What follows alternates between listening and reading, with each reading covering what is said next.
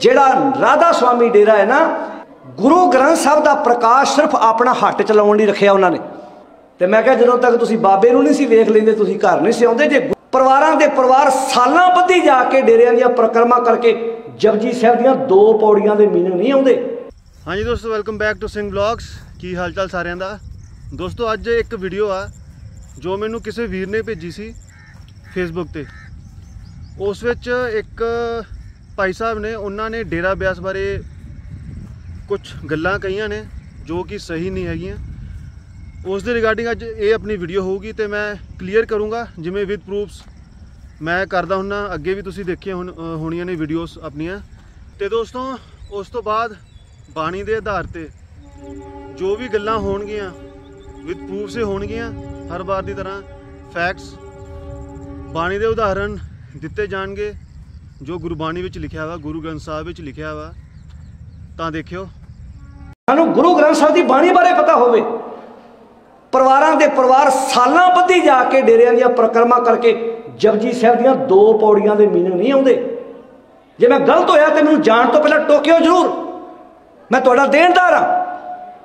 मैं अपनी जिंदगी ऐसे ऐसे परिवार वेखे जिहड़े दावा करते, दादा जी भी जाते सी, परदादा जी भी जाते सी, मैं भी जाते सी। तो मैं कहा जी जाते सी किहदे नाल जुड़दे सी? कहंदे जी गुरु ग्रंथ साहिब नाल।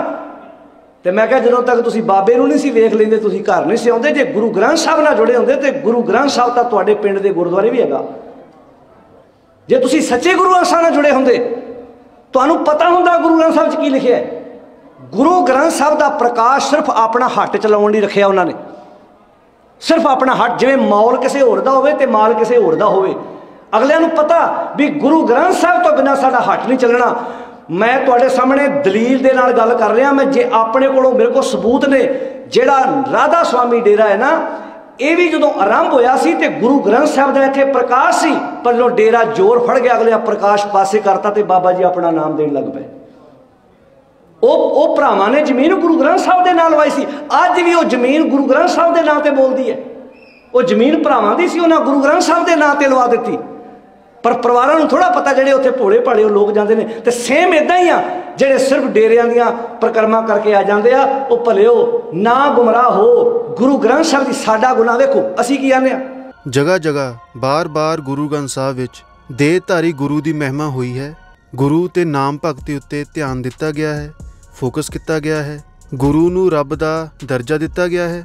गुरु गुरु गुरु कर तन मन मोर, गुरु बिना मैं नाही होर। ते जदों गुरु ग्रंथ साहिब की भी रचना नहीं हुई सी, पंजवें पातशाह जी ने गुरु ग्रंथ साहिब जी की रचना की है। उस तो पहलां भी साडे पहले गुरु बाबा नानक जी, गुरु अंगद देव जी, गुरु अमरदास जी, गुरु रामदास जी, इन्हां सब ने उस नाम की महिमा की है ते वो गुरु की महिमा की है। ते हुण वो असल गुरु की है? तां आपने फरमाया शब्द गुरु सुरत धुन चेला। कि वो सच्चा गुरु वो शब्द है। वो शब्द की है जिन्हें इस पूरी दुनिया की रचना पैदा की है, जिन्हें खंड ब्रह्मंड पैदा किए हैं, ये दुनिया बनाई है। वो सच्चे गुरु की भाल, उसकी खोज सानू अपने अंदरों होगी, बाहरों किते होण नहीं लगी। तो इस गल विच मैं होर ज़्यादा डीपली नहीं जाना चाहूँगा, लेकिन फिर भी जो जरूरी गल्लां ने वो शॉर्ट विच जरूर दसूँगा। तो दोस्तों इत्थों तक जिहड़े गुरु ग्रंथ साहिब विच होर रिलीजन दे गुरु आए ने, दूसरे धर्मां दे जिमें मुस्लिम धर्म दे ते हिंदू धर्म दे, उन्होंने भी शब्द और नाम की कमाई दसी है। तो गुरु की बंदगी की हुंदी है, गुरु की की लोड़ है इस रूहानियत विच, इस परमारथ विच, वो उन्होंने खोल खोल के बयान किया है। जिमें बाबा फरीद आपां सारे जानते हाँ, कबीर साहब जी कितना ज़्यादा उन्होंने खोल के बयान किया है। गुरु की की लोड़ है, बिना गुरु तो इस दुनिया विचों मुक्ति नहीं, इस 84 लाख के जेल खाने विचों। 3 लोक 9 खंड में गुरु से बड़ा ना कोई, हरता जो ना कर सके गुरु करे सो होए। देखो जे समझ सकते हो तो एक होर जगह कबीर साहब फरमा रहे ने, तीरथ गए एक फल, संत मिले फल 4, सतगुरु मिले अनंत फल, कहे कबीर विचार। देखो सतगुरु नूं किन्नी महिमा दी गई है। ते गुरु अमरदास जी फरमाते हैं, नामे ही ते सब कुछ होया, बिन सतगुरु नाम ना जापे। गुर का शब्द महारस मीठा, बिन चाखे साध न जापे। तुसीं देख सकते हो तां उस वक्त तां गुरु ग्रंथ साहिब जी की भी रचना नहीं हुई सी। हुण दोस्तों इत्थे एक होर वीडियो मैं तुहानूं दिखाउणा चाहूँगा, लिंक उहदा डिस्क्रिप्शन बॉक्स तुहानूं मिल जूगा। उस विच चंगी तरह समझाया गया है किसी सिख वीर द्वारा ही कि जो ये एक तुक आ सब सिखन को हुक्म है गुरु मान्यो ग्रंथ, ये बाणी किन्ना ने लिखी ते क्यों लिखी, ਉਹਦਾ मतलब की सी, ये सब कुछ उस वीडियो ਵਿੱਚ खुद एक सिख ਭਰਾ ਨੇ ਦੱਸਿਆ ਹੈ। ਤਾਂ ਉਹ ਤੁਸੀਂ ਜ਼ਰੂਰ ਦੇਖਿਓ। ਤੇ ਹੁਣ ਆਪਾਂ ਅੱਗੇ ਗੱਲ ਕਰਦੇ ਹਾਂ। ਅਸੀਂ ਆਨੇ ਆਪ ਬਾਣੀ ਪੜੋ, ਸਾਡਾ ਗੁਨਾਹ ਕੀ ਜੀ? ਅਸੀਂ ਕਹਿੰਦੇ ਆਪ ਗੁਰਬਾਣੀ ਬੋਲੋ ਸਾਰੇ, ਆਪ ਗੁਰਬਾਣੀ, ਆਪ ਸਹਿਜ ਪਾਠ ਕਰੋ, ਆਪ ਗੁਰਬਾਣੀ ਪੜੋ, ਤੁਹਾਨੂੰ ਕਿਸੇ ਕੋ ਜਾਣ ਦੀ ਲੋੜ ਨਹੀਂ। ਉਹ ਕਹਿੰਦੇ ਸਾਡੇ ਕੋ ਸੰਪਟ ਪਾਠ ਕਰਾਓ, ਸਾਡੇ ਕੋ ਇਕੋਤਰੀਆਂ ਕਰਾਓ, ਸਾਡੇ ਕੋ ਮਹਿੰਗੇ ਪਾਠ ਕਰਾਓ। ਅੱਛਾ, ਜਿਹੜੇ ਕਹਿੰਦੇ ਬਾਣੀ ਸਾਡੇ ਕੋਲੋਂ ਪੜਾਓ, ਤੁਹਾਡੇ ਕੋਲੋਂ ਪੜ੍ਹੀ ਨਹੀਂ ਜਾਣੀ, ਉਹ ਪੰਥਕ, ਤੇ ਜਿਹੜੇ ਕਹਿੰਦੇ ਆ ਬਾਣੀ ਖੁਦ ਪੜੋ ਤੇ ਉਹ ਕੌਮ ਦੇ ਗਦਾਰ। ਅੱਛਾ, ਜਿਨ੍ਹਾਂ ਦੇ ਬਾਬੇ ਸਰਕਾਰਾਂ ਦੇ ਪੈਰਾਂ 'ਚ ਬੈਠੇ ਆ, RSS ਦੀ ਬੋਲੀ ਬੋਲਦੇ ਆ ਤੇ RSS ਨਾਲ ਰੋਜ਼ ਫੋਟੋਆਂ ਆਉਂਦੀਆਂ ਵਾ, ਉਹ ਪੰਥਕ ਵਾ। ਤੇ ਅਸੀਂ ਰੋਜ਼ ਸਟੇਜਾਂ ਉੱਤੇ ਇਹਨਾਂ ਪਖੰਡਵਾਦ ਦੇ ਵਿਰੁੱਧ ਬੋਲਦੇ ਹਾਂ ਤੇ ਅਸੀਂ ਕੌਮ ਦੇ ਕੌਣ ਹੋ ਗਏ? ਗਦਾਰ ਹੋ ਗਏ। ਇਹ ਜਾਗਣਾ ਪੈਣਾ, ਸਾਨੂੰ ਸੁਚੇਤ ਹੋਣਾ ਪੈਣਾ ਕਿ ਅੱਜ ਸਾਨੂੰ ਕਿੱਥੇ ਲਿਆ ਕੇ ਖੜਾ ਕਰ ਦਿੱਤਾ। ਤਾਂ ਮੈਂ ਸਿਰਫ ਤੁਹਾਡੇ ਸਾਹਮਣੇ ਇੰਨੀ ਬੇਨਤੀ ਕੀਤੀ ਹੈ ਕਿ ਜਿਹੜੇ ਵੀ ਮਨੁੱਖ ਸੱਚਾਈ ਦੇ ਰਸਤੇ ਤੁਰਨਗੇ, ਰੁਕਾਵਟਾਂ ਮੁਸ਼ਕਲਾਂ ਉਹਨਾਂ ਨੂੰ ਸਾਹਮਣੇ ਆਉਣਗੀਆਂ। ਗੁਰੂ ਗ੍ਰੰਥ ਸਾਹਿਬ ਵਿੱਚ ਪਹਿਲੇ ਪਾਤਸ਼ਾਹ ਜੀ ਨੇ ਹੀ ਕਿਹਾ ਹੈ, ਪੜ੍ਹੀਏ ਜਿੱਤੇ ਬਰਸ ਬਰਸ, ਪੜ੍ਹੀਏ ਜਿੱਤੇ ਮਾਸ, ਪੜ੍ਹੀਏ ਜਿੱਤੇ ਆਰਜ਼ਾ, ਪੜ੍ਹੀਏ ਜਿੱਤੇ ਸਵਾਸ, ਨਾਨਕ ਲਿਖੈ ਇੱਕ ਗੱਲ ਤੇ ਹਉਮੈ ਝਖਣਾ ਝਾਕ। ਪਹਿਲੇ ਪਾਤਸ਼ਾਹ ਜੀ ਨੇ ਤਾਂ ਇਹ ਕਿਹਾ ਵਾ ਕਿ ਜੇ ਆਪਾਂ ਗ੍ਰੰਥ ਪੋਥੀਆਂ ਪੜ੍ਹੀ ਜਾਵਾਂਗੇ ਤਾਂ ਸਾਡੇ ਅੰਦਰ ਸਿਰਫ ਹੰਕਾਰ ਹੀ ਆ ਸਕਦਾ ਵਾ। ਹੁਣ ਇਸ ਤੁਕ ਦਾ ਅਰਥ ਤਾਂ ਤੁਸੀਂ ਮੇਰੇ ਤੋਂ ਬਿਹਤਰ ਜਾਣਦੇ ਹੋਵੋਗੇ, ਕਿਉਂਕਿ ਤੁਸੀਂ ਗੁਰਬਾਣੀ ਨੂੰ ਰੋਜ਼ ਪੜ੍ਹਦੇ ਹੋ। ਫਿਰ ਜੇ ਪੜ੍ਹਨ ਪੜ੍ਹਾਉਣ ਦੇ ਵਿੱਚ ਹੀ ਮੁਕਤੀ ਸੀ, ਜੇ ਅਸੀਂ ਆਪਣੇ ਆਪ ਹੀ ਸਭ ਕੁਝ ਕਰ ਲੈਣਾ ਸੀ, ਫਿਰ ਤਾਂ ਸਾਨੂੰ ਕਦੋਂ ਦੇ ਬਹੁਤ ਜ਼ਿਆਦਾ ਐਕਸਪੀਰੀਅੰਸ ਆਪਾਂ ਹੋਏ ਹੁੰਦੇ, ਫਿਰ ਤਾਂ ਮਨ ਵੀ ਕਾਬੂ ਹੋ ਜਾਣਾ ਸੀ ਸਾਡਾ ਕਦੋਂ ਦਾ। ਜੋ ਪ੍ਰਕਾਸ਼ ਦਾ, ਜੋ ਉਹ ਧੁੰਨ ਦਾ ਜ਼ਿਕਰ ਆਇਆ ਹੈ ਗੁਰੂ ਗ੍ਰੰਥ ਸਾਹਿਬ ਵਿੱਚ, ਫਿਰ ਤਾਂ ਸਾਨੂੰ ਉਹਦੇ ਵੀ ਦਰਸ਼ਨ ਹੋ ਜਾਣੇ ਚਾਹੀਦੇ ਸੀ। ਹੁਣ ਇਹ ਸਾਨੂੰ ਪਤਾ ਹੋਊਗਾ ਕੀ ਸਾਡਾ ਐਕਸਪੀਰੀਅੰਸ ਹੈਗਾ ਜਾਂ ਨਹੀਂ। ਸਾਡੀ ਅੰਤਰਮੁਖ ਜੋ ਪ੍ਰੋਗਰੈਸ ਆ ਉਹੀ ਬਹੁਤ ਜ਼ਿਆਦਾ ਹੋਈ ਹੁੰਦੀ, ਇਹ ਸਾਨੂੰ ਖੁਦ ਨੂੰ ਪਤਾ ਹੋਣਾ। ਤੇ ਮੈਂ ਦੇਖੋ ਕੁਛ ਨਹੀਂ ਕਿਹਾ ਅੱਜ ਤੱਕ, ਜੋ ਗੁਰਬਾਣੀਆਂ ਕਹਿੰਦੀਆਂ ਨੇ ਉਹੀ ਉਦਾਹਰਨ ਤੁਹਾਡੇ ਸਾਹਮਣੇ ਰੱਖੇ ਨੇ। ਖੁਦ ਗੁਰਬਾਣੀਆਂ ਕਹਿ ਰਹੀਆਂ ਨੇ, ਹੁਣ ਸਾਨੂੰ ਗੁਰਬਾਣੀ ਦੀ ਮੰਨਣੀ ਪੈਣੀ ਆ। ਜੋ ਸਾਡਾ ਮਨ ਕਹਿੰਦਾ ਉਹਦੇ ਮਗਰ ਨਹੀਂ ਲੱਗਣਾ, ਜਾਂ ਕੋਈ ਹੋਰ ਦੋਸਤ ਜਾਂ ਆਪਣਾ ਕੋਈ ਹੋਰ ਵੀਰ ਕਹਿੰਦਾ ਵਾ ਜਾਂ ਕੋਈ ਵੀ ਕਹਿੰਦਾ, ਆਪਾਂ ਨੇ ਕਿਸੇ ਮਗਰ ਨਹੀਂ ਲੱਗਣਾ, ਚਾਹੇ ਵੱਡੇ ਤੋਂ ਵੱਡਾ ਬਾਬਾ ਵਾ, ਆਪਾਂ ਨੇ ਗੁਰਬਾਣੀ ਦੀ ਮੰਨਣੀ ਆ। ਜਦ ਪੂਰੀ ਗੁਰੂ ਗ੍ਰੰਥ ਸਾਹਿਬ ਜੀ ਗੁਰੂ ਤੇ ਨਾਮ ਦੀ ਮਹਿਮਾ ਕਰ ਰਹੇ ਨੇ, ਤੇ ਫਿਰ ਜੋ ਇੱਕ ਤੁਕ ਸਿਰਫ, ਜੋ ਕਿ ਗੁਰੂ ਗੋਬਿੰਦ ਸਿੰਘ ਜੀ ਨੇ ਲਿਖੀ ਵੀ ਨਹੀਂ ਹੈਗੀ, ਜੋ ਕਿੰਨਾ ਨੇ ਲਿਖੀ ਆ, ਇਹਦੀ ਵੀਡੀਓ ਤੁਸੀਂ ਜ਼ਰੂਰ ਦੇਖਿਓ ਤੇ ਇਨਕੁਆਇਰੀ ਕਰੋ, ਰਿਸਰਚ ਕਰੋ। ਜਿਹੜੇ ਜਿਗਿਆਸੂ ਨੇ ਉਹਨਾਂ ਨੂੰ ਕਿਹਾ ਮੈਂ, ਬਾਕੀ ਜਿਨ੍ਹਾਂ ਨੇ ਆਪਣੇ ਮਨ ਦੀ ਮੰਨਣੀ ਆ ਜਾਂ ਹੋਰਾਂ ਦੀ ਸੁਣਨੀ ਹੈ, ਉਹ ਪਏ ਸੁਣੀ ਜਾਣ। ਇਸ ਕਰਕੇ ਖੋਜ ਕਰੋ। ਇਹ ਸੋਸ਼ਲ ਮੀਡੀਆ ਤੇ ਵੀਡੀਓਜ਼ ਦੇ ਕੇ ਕੁਛ ਨਹੀਂ ਮਿਲਣਾ, ਖੁਦ ਆਪਣੇ ਲੈਵਲ ਤੇ ਰਾਧਾ ਸਵਾਮੀ ਬਾਰੇ ਮੈਂ ਕਲੀਅਰ ਕਰ ਦੇਵਾਂ ਕਿ ਇਹ ਕੋਈ ਰਿਲੀਜਨ ਨਹੀਂ ਹੈ, ਕੋਈ ਧਰਮ ਨਹੀਂ ਹੈ। ਇਹ ਕੀ ਹੈ? ਇਹ ਸਾਰੇ ਧਰਮਾਂ ਦਾ ਸਾਰ ਹੈ। ਸਮਰੀ ਕਹਿ ਸਕਦੇ ਹੋ ਤੁਸੀਂ, ਸਪਿਰਚੁਅਲਿਟੀ, ਰੂਹਾਨੀਅਤ ਕਹਿ ਸਕਦੇ ਹੋ ਤੁਸੀਂ। ਇਸ ਵਿੱਚ ਅਮਲ ਕਰਨ ਨੂੰ ਲੈ ਕੇ ਸਮਝਾਇਆ ਜਾਂਦਾ ਹੈ। ਹੁਣ ਮੈਂ ਜਦ ਵੀ ਜਾਂਦਾ ਡੇਰਾ ਬਿਆਸ, ਹਰ ਵਾਰ ਸਿੱਖ ਵੀਰ ਜਿਨ੍ਹਾਂ ਨੇ ਅੰਮ੍ਰਿਤ ਵੀ ਛਕਿਆ ਹੁੰਦਾ, ਉਹ ਮੈਂ ਖੁਦ ਦੇਖੇ ਨੇ ਆਪਣੇ ਅੱਖਾਂ ਨਾਲ।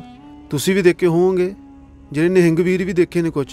ਬਾਕੀ ਹੋਰ ਵੀ ਮੈਂ ਵੀਡੀਓਜ਼ ਡਿਸਕ੍ਰਿਪਸ਼ਨ ਬਾਕਸ 'ਚ ਪੇਸਟ ਕਰ ਦੂੰਗਾ, ਉਹ ਵੀ ਤੁਸੀਂ ਜ਼ਰੂਰ ਦੇਖ ਸਕਦੇ ਹੋ। ਤਾਂ ਹਰੇਕ ਦਾ ਆਪਣਾ ਐਕਸਪੀਰੀਅੰਸ ਆ। ਇਹ ਵਿਸ਼ਵਾਸ ਐਵੇਂ ਨਹੀਂ ਬਣ ਜਾਂਦਾ, ਇਹ ਸਾਡੇ ਐਕਸਪੀਰੀਅੰਸ ਉੱਤੇ, ਸਾਡੇ ਤਜਰਬੇ ਉੱਤੇ ਡਿਪੈਂਡ ਹੁੰਦਾ। ਇਹ ਉਸ ਇੱਕ ਮਾਲਿਕ ਦੇ ਹੱਥ ਵਿੱਚ ਆ ਕਿ ਕਿਹਨੂੰ ਉਹ ਆਪਣੇ ਨਾਲ ਜੋੜਦਾ ਵਾ। ਤੇ ਹੁਣ ਜਿਹੜੀ ਜ਼ਮੀਨਾਂ ਦੀ ਗੱਲ ਇਹਨਾਂ ਨੇ ਕੀਤੀ, ਤਾਂ ਦੋਸਤੋ ਉਹ ਇੱਕੋ ਗੱਲ ਮੈਂ ਬਾਰ-ਬਾਰ ਤੁਹਾਨੂੰ ਸਮਝਾਉਣਾ ਨਹੀਂ ਚਾਹੂੰਗਾ। ਇਹਦੀ ਵੀਡੀਓ ਵੀ ਤੁਸੀਂ ਦੇਖ ਲਿਓ, ਡਿਸਕ੍ਰਿਪਸ਼ਨ ਬਾਕਸ 'ਚ ਹੈਗੀ ਆ। ਤੇ ਉਸ ਤੋਂ ਬਾਅਦ ਜੋ ਗੁਰਬਾਣੀ ਦੀ ਗੱਲ ਇਹਨਾਂ ਨੇ ਕੀਤੀ, ਤਾਂ ਅਸਲ ਗੁਰਬਾਣੀ ਕੀ ਹੈ? ਤਾਂ ਗੁਰੂ ਸਾਹਿਬ ਨੇ ਕੀ ਫਰਮਾਇਆ ਸੀ? ਬਾਣੀ ਵੱਜੀ ਚੌਂ ਜੁਗੀ, ਸੱਚੋ ਸੱਚ ਸੁਣਾਏ। ਐਸੀ ਤਾਂ ਅਸਲ ਗੁਰਬਾਣੀ ਇਹਨੂੰ ਮੰਨਦੇ ਆ। ਐਸੀ ਕੀ ਗੁਰੂ ਗ੍ਰੰਥ ਸਾਹਿਬ ਦਾ ਹੁਕਮ ਆ, ਬਾਣੀ ਵੱਜੀ ਚੌਂ ਜੁਗੀ, ਸੱਚੋ ਸੱਚ ਸੁਣਾਏ। ਕਿ ਉਹ ਬਾਣੀ ਜੋ ਅੱਠੇ ਪਹਿਰ ਵੱਜ ਰਹੀ ਆ, ਜਿਹਨੇ ਇਹ ਖੰਡ ਬ੍ਰਹਿਮੰਡ ਪੈਦਾ ਕੀਤੇ ਨੇ, ਜਿਹੜੀ ਜੁੱਗਾਂ ਜੁੱਗਾਂ ਤੋਂ ਚੱਲਦੀ ਆਈ ਹੈ, ਜਿਹਨੇ ਜੁੱਗਾਂ ਦੇ ਜੁੱਗ ਪੈਦਾ ਕੀਤੇ ਨੇ, ਉਹ ਅਸਲ ਬਾਣੀ ਆ। ਬਾਣੀ ਵੱਜੀ, ਹੁਣ ਉਹ ਬਾਣੀ ਨੂੰ ਵੱਜਣਾ ਕਿਹਾ ਗਿਆ ਹੈ। ਹੁਣ ਤੁਸੀਂ ਮੇਰੇ ਤੋਂ ਸਿਆਣੇ ਹੋ, ਹੁਣ ਕੀ ਆਪਾਂ ਵਿਚਾਰ ਕੀਤਾ ਕਿ ਇਹ ਵੱਜਣਾ ਕੀ ਹੈ? ਉਹ ਬਾਣੀ ਨੂੰ ਵੱਜਣਾ ਕਿਉਂ ਕਿਹਾ ਗਿਆ ਹੈ? ਅਨਹਦ ਸ਼ਬਦ ਕਿਉਂ ਕਿਹਾ ਗਿਆ ਹੈ? ਤਾਂ ਇਹ ਕੋਈ ਗੱਲਾਂ ਬਾਤਾਂ ਦਾ ਮਜ਼ਮੂਨ ਨਹੀਂ ਹੈਗਾ। ਇਹ ਗੱਲਾਂ ਉਹ ਲੈਵਲ ਅਲੱਗ ਹੁੰਦਾ, ਜਿਸ ਲੈਵਲ 'ਤੇ ਪਹੁੰਚ ਕੇ ਆਪਾਂ ਇਹ ਗੱਲਾਂ ਨੂੰ ਸਮਝ ਸਕਾਂਗੇ। ਇਹ ਗੱਲਾਂ ਬਾਤਾਂ ਦੇ ਜ਼ਰੀਏ ਜਾਂ ਪੜ੍ਹਨ ਪੜ੍ਹਾਉਣ ਦੇ ਜ਼ਰੀਏ ਨਹੀਂ।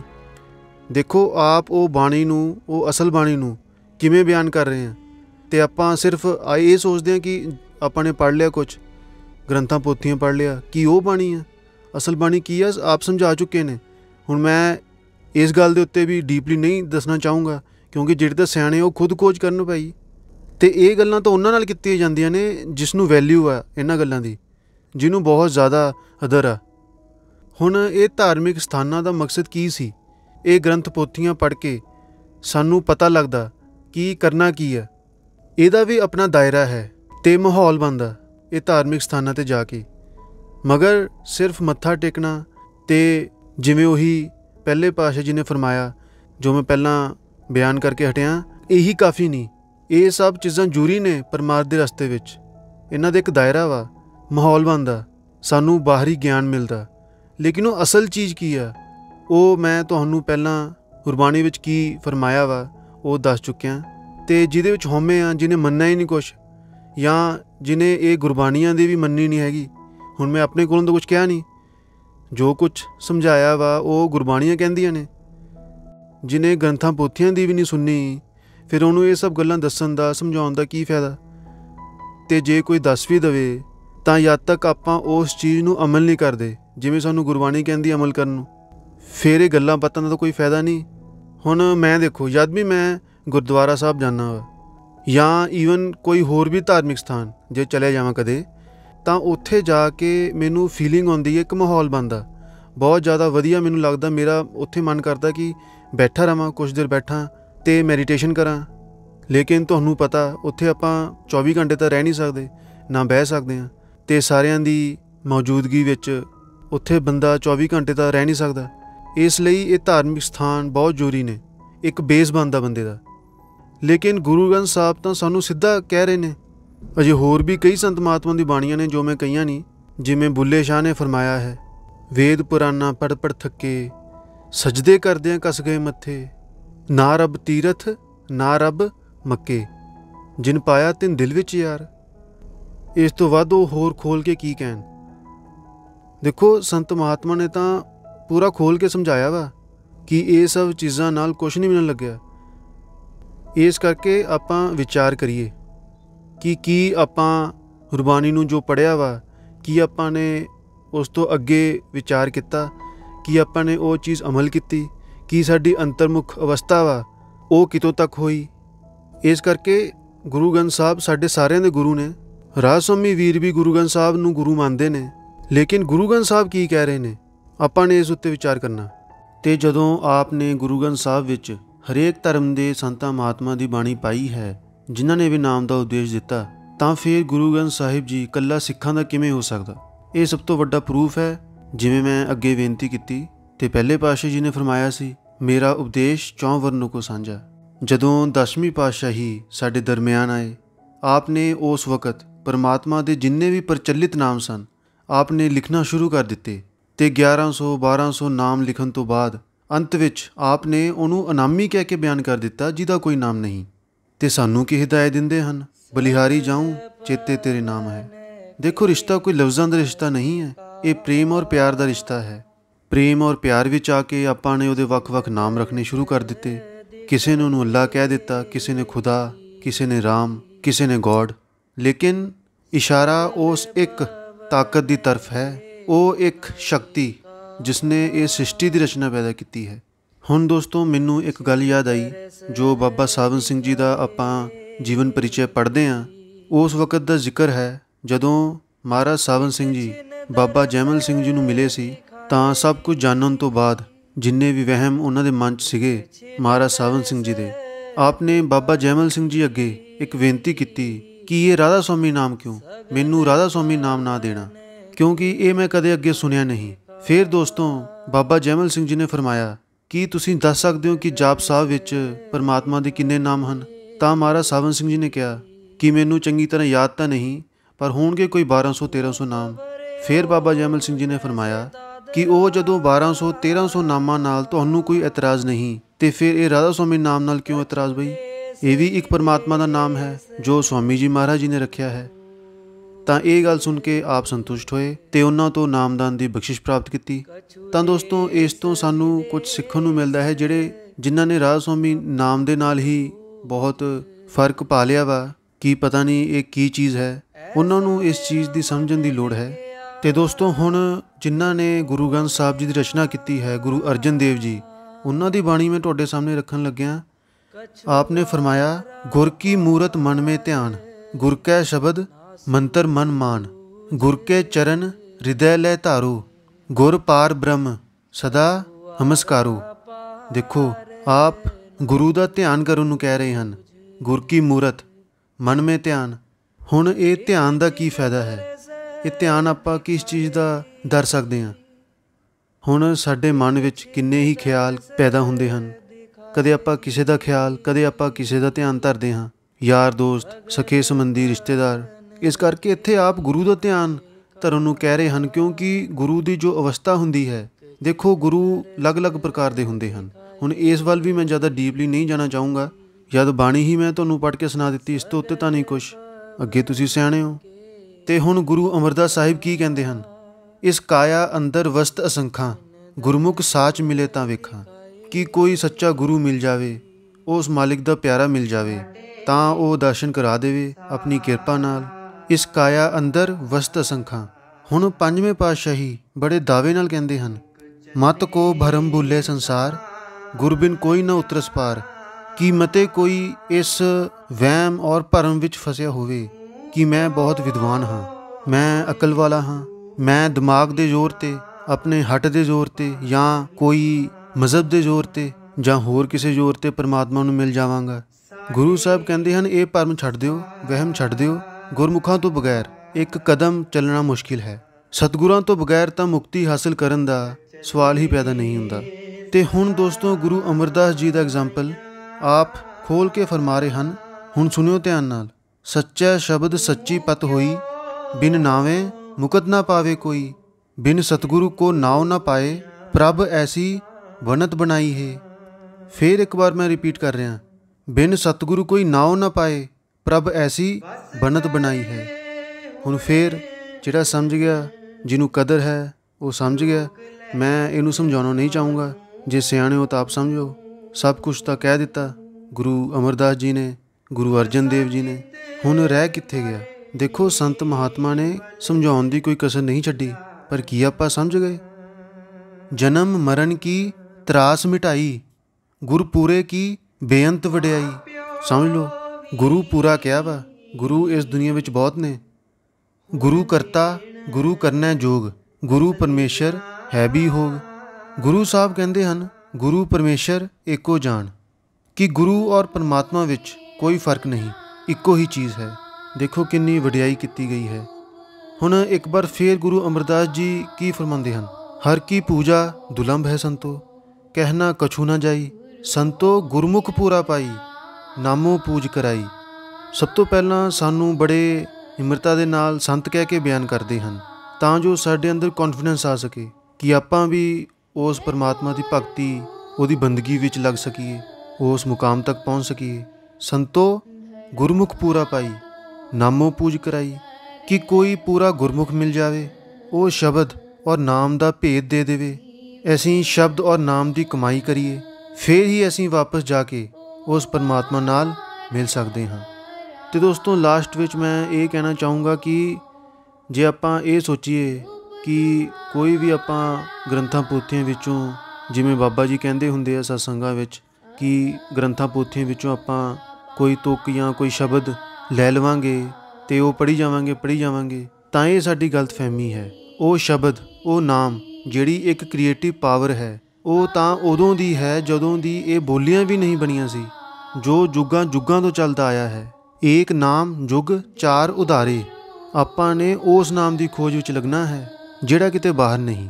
ਗੁਪਤਾ ਨਾਮ ਵਰਤੈ ਵਿੱਚ ਕਲਯੁਗ। ਕਿ ਇਸ ਕਲਯੁਗ ਵਿੱਚ ਉਹ ਨਾਮ ਗੁਪਤ ਹੈ, ਉਹਦਾ ਜਾਪ ਆਪਾਂ ਨੇ ਗੁਪਤ ਕਰਨਾ ਹੈ, ਗੁਪਤ। ਇੱਕ ਹੋਰ ਜਗ੍ਹਾ ਆਪਨੇ ਫਰਮਾਇਆ ਹੈ, ਆਦ ਨਾਮ ਜੋ ਗੁਪਤ ਜਾਪੇ। ਹੁਣ ਉਹ ਗੁਪਤ ਚੀਜ਼, ਉਹਨੂੰ ਗੁਪਤ ਕਿਉਂ ਕਿਹਾ ਗਿਆ ਹੈ? ਇਸ ਗੱਲ ਦਾ ਕੀ ਸਾਡੇ ਕੋਲ ਜਵਾਬ ਹੈ? ਇਸ ਕਰਕੇ ਉਹ ਇਹੋ ਜਿਹਾ ਕਿਹੜਾ ਨਾਮ ਆ ਜਿਹੜੀਆਂ ਗ੍ਰੰਥਾਂ ਪੋਥੀਆਂ ਵਿੱਚ ਵੀ ਨਹੀਂ ਹੈਗਾ, ਜਿਹਨੂੰ ਆਪ ਨੇ ਗੁਪਤ ਕਹਿ ਕੇ ਵੀ ਬਿਆਨ ਕੀਤਾ ਹੈ, ਜੋ ਇੱਕ ਗੁਪਤ ਜਾਪ ਹੈ। ਆਦ ਨਾਮ ਜੋ ਗੁਪਤ ਜਾਪੇ, ਬੁੱਝੇ ਵਿਰਲਾ ਕੋਏ। ਬੜੀ ਅਫਸੋਸ ਨਾਲ ਕਹਿਣਾ ਪੈਂਦਾ ਹੈ, ਬੁੱਝੇ ਵਿਰਲਾ ਕੋਏ। ਕਿਉਂਕਿ ਸਾਡਾ ਧਿਆਨ ਤਾਂ ਬਾਹਰਮੁਖੀ ਸਾਧਨਾ ਵਿੱਚ ਫਸਿਆ ਹੋਇਆ ਹੈ, ਬਾਹਰਮੁਖੀ ਹੋਈ ਬੈਠੇ ਹਾਂ। ਹੁਣ ਦੇਖੋ ਦੋਸਤੋ, ਜੋ ਕਿਹਾ ਉਹ ਬਾਣੀਆਂ ਕਹਿੰਦੀਆਂ ਹਨ, ਉਹ ਮੈਂ ਤੁਹਾਡੇ ਸਾਹਮਣੇ ਰੱਖਿਆ। ਬਾਕੀ ਉਸ ਇੱਕ ਅਕਾਲ ਪੁਰਖ ਦੇ ਹੱਥ ਵਿੱਚ ਹੈ, ਉਹਨੇ ਜਿਹਨੂੰ ਸੋਝੀ ਬਖਸ਼ਣੀ ਹੈ ਉਹਨੂੰ ਹੀ ਬਖਸ਼ਣੀ ਹੈ। ਬਾਕੀ ਕਿਸਮਤ, ਡੈਸਟਨੀ, ਸਾਡੇ ਕਰਮ। ਜੇ ਸਾਨੂੰ ਉਸ ਮਾਲਿਕ ਦੀ ਲੋੜ ਹੈ, ਅੰਦਰੋਂ ਆਪਾਂ ਉਹਦੀ ਜ਼ਰੂਰਤ ਮਹਿਸੂਸ ਕਰਦੇ ਹਾਂ, ਉਸ ਦੀ ਕਦਰ ਕਰਦੇ ਹਾਂ, ਤਾਂ ਉਸ ਇੱਕ ਪਰਮਾਤਮਾ ਨੂੰ ਪਤਾ ਹੈ, ਉਹ ਬਿਹਤਰ ਜਾਣਦਾ ਵਾ, ਅਤੇ ਉਹ ਆਪਣੀ ਕਰਨੀ ਦਾ ਖੁਦ ਮਾਲਿਕ ਹੈ ਅਤੇ ਇਹ ਉਹਦੀ ਜ਼ਿੰਮੇਵਾਰੀ ਹੈ। ਲੇਕਿਨ ਆਪਾਂ ਨੇ ਬਸ ਕੋਸ਼ਿਸ਼ ਕਰਨੀ ਹੈ, ਇਸ ਤੋਂ ਬਾਅਦ ਆਪਾਂ ਕੁਝ ਕਰ ਨਹੀਂ ਸਕਦੇ। ਅਤੇ ਦੋਸਤੋ, ਲਾਸਟ ਵਿੱਚ ਮੈਂ ਆਹੀ ਬੇਨਤੀ ਕਰੂੰਗਾ ਕਿ ਜਿੰਨੇ ਵੀ ਸਿੱਖ ਭਰਾ ਨੇ ਆਪਣੇ, ਕੋਈ ਵੀ ਆ, ਇੱਕ ਜਿਹੜਾ ਤੋੜਨ ਦਾ ਕੰਮ ਹੁੰਦਾ ਉਹ ਨਹੀਂ ਕਰਨਾ ਚਾਹੀਦਾ, ਜੋੜਨ ਦਾ ਕੰਮ ਕਰਨਾ ਚਾਹੀਦਾ। ਸਾਡੇ ਵਿੱਚ ਇੱਕ ਭਾਈਚਾਰਾ ਹੋਣਾ ਚਾਹੀਦਾ। ਜਿਵੇਂ ਬਲਜੀਤ ਸਿੰਘ ਜੀ ਜਿਹੜੇ ਹੈਗੇ ਨੇ, ਦਾਦੂਵਾਲ ਜੀ, ਉਹਨਾਂ ਨੇ ਜਿਵੇਂ ਕਿਹਾ ਵਾ, ਕਿਉਂਕਿ ਪਿਆਰ ਨੂੰ ਰੱਬ ਕਿਹਾ ਗਿਆ ਵਾ, ਏਕ ਪਿਤਾ ਏਕਸ ਕੇ ਹੰਬਾਰਕ। ਇਸ ਸੋਚ ਨੂੰ ਸਾਨੂੰ ਅੱਗੇ ਰੱਖਣਾ ਚਾਹੀਦਾ ਵਾ ਜੋ ਗੁਰਬਾਣੀ ਸਾਨੂੰ ਕਹਿੰਦੀ ਆ, ਅਤੇ ਕਿਸੇ ਵੀ ਤਰ੍ਹਾਂ ਦਾ ਫਰਕ ਸਾਨੂੰ ਨਹੀਂ ਰੱਖਣਾ ਚਾਹੀਦਾ ਕਿਸੇ ਵੀ ਨਾਲ। ਜਿਵੇਂ ਆਪਾਂ ਕਹਿ ਦਿੰਦੇ ਹਾਂ ਉਹ ਰਾਹ ਸਮੀਆਂ, ਉਹ ਇਹ ਆ, ਉਹ ਫਲਾਣਾ ਧਿਮਕਾ, ਹਿੰਦੂ ਮੁਸਲਮਾਨ, ਕੋਈ ਵੀ ਆ, ਕਿਵੇਂ ਵੀ ਆ, ਮਨ ਵਿੱਚ ਹੇਟ ਜਾਂ ਕਿਸੇ ਵੀ ਤਰ੍ਹਾਂ ਦਾ ਫਰਕ ਨਹੀਂ ਰੱਖਣਾ ਚਾਹੀਦਾ। ਇਹ ਸਾਨੂੰ ਗੁਰਬਾਣੀ ਕਹਿੰਦੀ ਆ, ਗੁਰੂ ਗ੍ਰੰਥ ਸਾਹਿਬ ਜੀ ਕਹਿੰਦੇ ਨੇ। ਇਹ ਦੁਨਿਆਵੀ ਮੁੱਦੇ ਬਹੁਤ ਨੇ, ਜੋ ਵੀ ਕੀਰਤਨ ਆ ਜਾਂ ਕੁਛ ਵੀ ਸਪੀਚ ਇੱਦਾਂ ਦੀ, ਆਪਾਂ ਨੂੰ ਪਰਮਾਰਥ ਦੇ ਉੱਤੇ ਸਿਰਫ ਰਹਿਣਾ ਚਾਹੀਦਾ ਵਾ। ਇਹ ਦੁਨਿਆਵੀ ਮੁੱਦੇ, ਇਹ ਦੁਨੀਆ ਦੇ ਪ੍ਰੋਬਲਮਸ, ਇਸ਼ੂਜ਼, ਇਹ ਬਹੁਤ ਨੇ।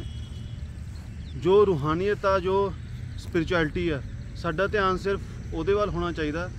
ਬਾਕੀ ਜੇ ਇਹ ਮੁੱਦਿਆਂ ਵੱਲ ਧਿਆਨ ਜਾਣ ਲੱਗ ਗਿਆ ਜਾਂ ਕੋਈ ਹੋਰ ਬਾਹਰਲੀ ਗੱਲ ਆਪਾਂ ਜੇ ਕਰਨ ਲੱਗ ਗਏ ਨਾ, ਤਾਂ ਫਿਰ ਉਹ ਪਰਮਾਰਥ ਸਾਤੋਂ ਨਹੀਂ ਹੋਣਾ, ਕਿਉਂਕਿ ਉਹ ਬਹੁਤ ਦੋਸਤੋ ਸੌਖੀ ਚੀਜ਼ ਨਹੀਂ, ਗੱਲਾਂ ਬਾਤਾਂ ਦਾ ਮਜ਼ਮੂਨ ਨਹੀਂ ਹੈਗਾ। ਇਹ ਰੂਹਾਨੀਅਤ, ਇਹ ਕਰਨੀ ਦਾ ਉਹ ਆ, ਇੱਕ ਪ੍ਰੈਕਟੀਕਲ ਚੀਜ਼ ਆ। ਜਦ ਤੱਕ ਬੰਦਾ ਪ੍ਰੈਕਟੀਕਲ ਨਹੀਂ ਕਰਦਾ ਇਹ ਚੀਜ਼ਾਂ, ਮੈਡੀਟੇਸ਼ਨ ਕਰਨਾ, ਇਹ ਧਿਆਨ ਕਰਨਾ ਬਹੁਤ ਔਖਾ ਵਾ।